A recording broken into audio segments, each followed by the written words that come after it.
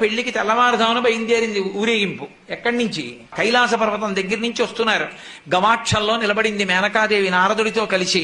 ఒక్కొక్కళ్ళు వస్తున్నారు. అబ్బా వెలిగిపోతున్నాడు, ఆయనేనా మా అల్లుడంది. కాదమ్మా, సూర్యుడు దిక్పాలకుల్లో ఒకడు. ఆ వెనక వస్తున్నాడు. ఎవరో బాబాయ్ నల్లగా ఉన్నాడు దున్నపోత మీద, ఆయన ఎవరే? మీ అల్లుడు కాదు, బెంగపెట్టుకోకు, యమధర్మరాజు గారు. ఆ వెనకాతలు అబ్బా చల్లగా ఎంత బాగున్నాడో, ఎవరు? చంద్రుడు, మీ అల్లుడు కాడు. ఈయనెవరోనయ్యో చాలా అందంగా ఉన్నాడు, ఎర్రగా ఉన్నాడు, కాంతులీనుతున్నాడు, బ్రహ్మగారు. మీ అల్లుడి దగ్గర పురోహితుడమ్మా, పెళ్లి చేయడానికి వచ్చే బ్రహ్మగారు ఆయన మీ అల్లుడు కాదు. ఓ అలాగా, ఇతనెవరో నీలమేఘశ్యాముడు, చాలా అందంగా ఉన్నాడు, శాంతాకారం భుజగశయనం పద్మనాభం సురీశం. అమ్మా, ఆయనకి మీ అల్లుడికి భేదం చెప్పకూడదు కానీ ప్రస్తుత మీ అల్లుడు కాడు. ఆయన వెళ్ళిపోయాడు. ప్రదోష వేళ అయిపోయింది, రాడు.